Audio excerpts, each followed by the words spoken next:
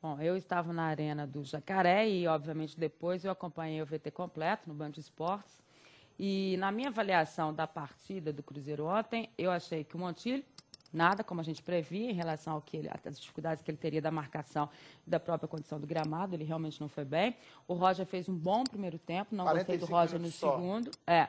Diego Renan, minha Nossa Senhora, né? Não dá para entender porque ele não foi substituído antes. E até o Anjinho lá de cima está perguntando isso, não sei. Depois a gente pergunta para o Cuca. Agora, o Wellington Paulista. Vou te dizer uma coisa, a gente fica ouvindo as explicações dele em relação à forma tática, como o Cuca quer que ele atue, mas vou te dizer, mal. Muito mal, muito mal. E o Wellington Paulista não é nem para sofrer tanto com essa questão de gramado, porque pela característica dele, né, ele é mais rompedor, aquela história toda, não é para sentir tanto. E nem a marcação. Achei que vacilou muito ontem. Sem dúvida. Sobre o Wellington Paulista, eu tenho a seguinte opinião, Dimara. Acho que passou da hora dele ir para o banco de reservas. Vai ser bom em dois sentidos. Primeiro, porque o time vai render mais, porque ele não está bem. Entrando o Thiago Ribeiro, vai ser melhor para o time. Segundo, acho que vai ser melhor para o próprio Wellington Paulista, porque a pressão está tão grande que ele já entra muito pressionado, com dificuldades, e isso só faz o rendimento dele cair. Se ele ficar no banco, entrar em um jogo, de repente o gol pode sair naturalmente e devagarinho ele pode até recuperar a posição. Mas eu acho que o Cuca vai enxergar isso. Mais cedo ou mais tarde, o próprio Cuca vai colocar o Thiago Ribeiro. Está demorando um pouquinho. Mas é porque ele não tem um jogador com a característica dele ali. Porque o Thiago Ribeiro tem outra característica, a mesma característica do Alisson. Joga pelas pontas, não é aquele rompedor, como você mesmo falou, é aquele jogador que joga dentro da área. Então, tem o Farias.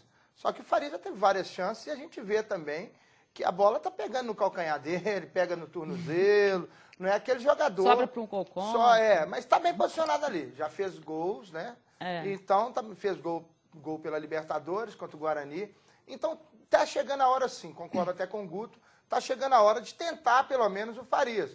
Pior do que o Wellington Paulista, ele não deve ser neste momento.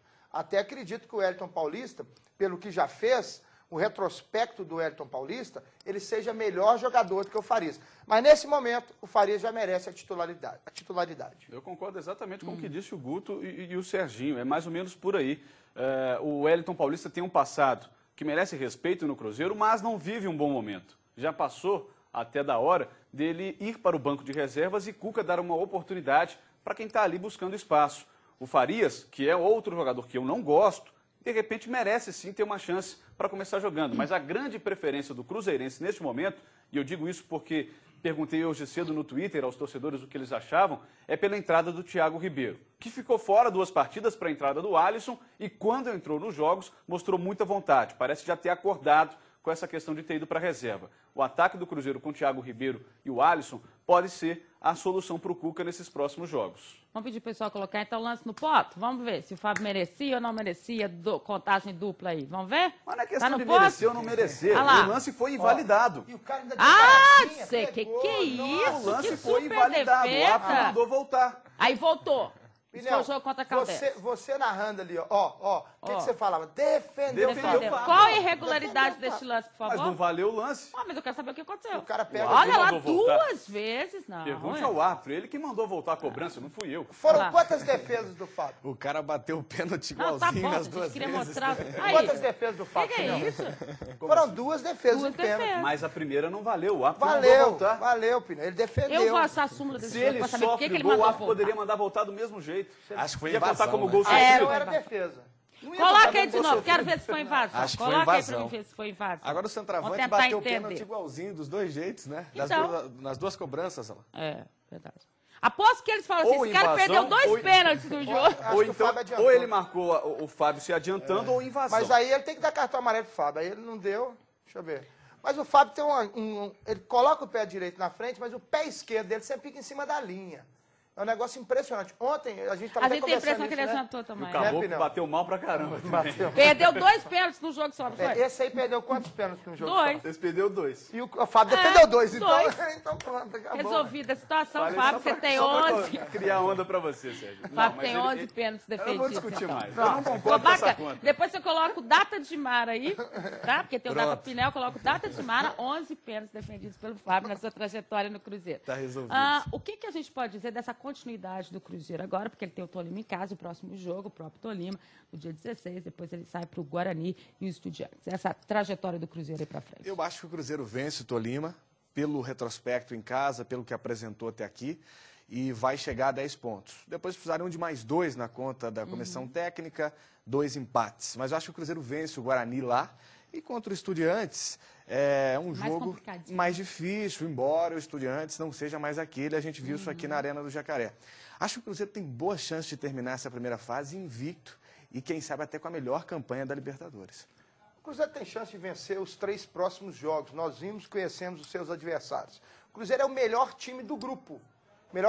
Mais bem postado, melhor taticamente e já definiu o seu padrão de jogo. A gente vê um Estudiantes cansado, vê um Guarani do Paraguai, um time fraco, e vê um Tolima que vai jogar no entusiasmo. O fator é entusiasmo dentro de casa, porque fora de casa, se sair, vai tomar goleada aqui dentro da Arena do Jacaré. Se sair para o jogo, toma goleada. É um time que finaliza muito mal, tiveram as chances ontem, no segundo tempo, naquele vapt-vupt, quando o Cruzeiro falou assim, o empate já é bom para mim. Um grande erro, porque se sai para o jogo, ganha o jogo. Nós vimos isso aí no primeiro tempo, o Cruzeiro foi melhor no primeiro tempo. No segundo tempo, o Tolima tomou conta do jogo e poderia ter, sim, saído com a vitória se não fosse o Fábio. O que o Data Pinel fala dos números da Libertadores? 10 pontos aí é bacana? É claro que é mais fácil analisar a possibilidade do Cruzeiro se classificar para a próxima fase, as oitavas de final, depois do jogo da semana que vem, entre o Estudiantes e o Guarani, na quarta-feira de cinzas. Mas com o panorama de hoje, a gente já pode fazer alguma previsão. O Cruzeiro com 7 pontos, vencendo o Tolima no jogo em 7 Lagoas, chegaria a 10 e estaria praticamente classificado. Nos últimos 3 anos, Dimara, na Copa Libertadores da América, apenas 2 equipes não se classificaram conquistando 10 pontos na primeira fase. Em 2008, o Colo-Colo ficou de fora porque perdeu para o Boca Juniors no saldo de gols. Apenas 1 gol, inclusive. E no ano passado, ficou de fora o Universitário do Peru, porque ele foi o 7º melhor segundo colocado, com 10 pontos, mas as vagas do 7º e 8º segundo melhores colocados foram destinadas aos clubes mexicanos que ficaram de fora das oitavas de final da Libertadores em 2009, aquele problema da gripe suína. Então, só 2 times nos últimos 2 anos, nos últimos 3 anos, com 10 pontos, não se classificaram. Então, com 10 pontos, o Cruzeiro praticamente classificado para as oitavas de final. Para chegar à liderança, um pouco mais difícil, a soma é um pouquinho mais alta. Não vai chegar a 16, como foi o Corinthians e o Grêmio em 2010 e 2009, mas com 14 pontos já dá ali para ficar pensando na liderança da chave. Bom, e a liderança geral, né, que seria o ideal para o Cruzeiro, né? Vamos ver o que acontece uma Libertadores dessa muito disputada. A gente não está vendo esse nível técnico todo aí também, não. Está valendo, então, a promoção das camisas do Férer, as camisas do Alex. Então, preste atenção. 2 serão para os seguidores do meu Twitter, o @DimarOliveira. 2 pelo e-mail, sorteio minasesporte@band.com.br, e uma camisa pelo Twitter do Minas Esporte, o @minasesporte_. Você vai mandar mensagem dizendo por que você quer ganhar a camisa do Alex. A equipe do Minas Esporte vai escolher as 5 melhores mensagens e amanhã a definição dos vencedores. Então você tem de hoje até amanhã para estar mandando as suas mensagens. Amanhã de manhã nós vamos escolher então as 5 melhores e vamos divulgar aqui no Minas Esporte, tá bom? Nós vamos para o intervalo rapidinho. No próximo bloco, o que tem? Tem Atlético, goleada na Copa do Brasil. As observações de Dorival Júnior, sem ilusões, com um time que ainda está se acertando. Não sai daí, olho no Minas Esporte, olho na Band.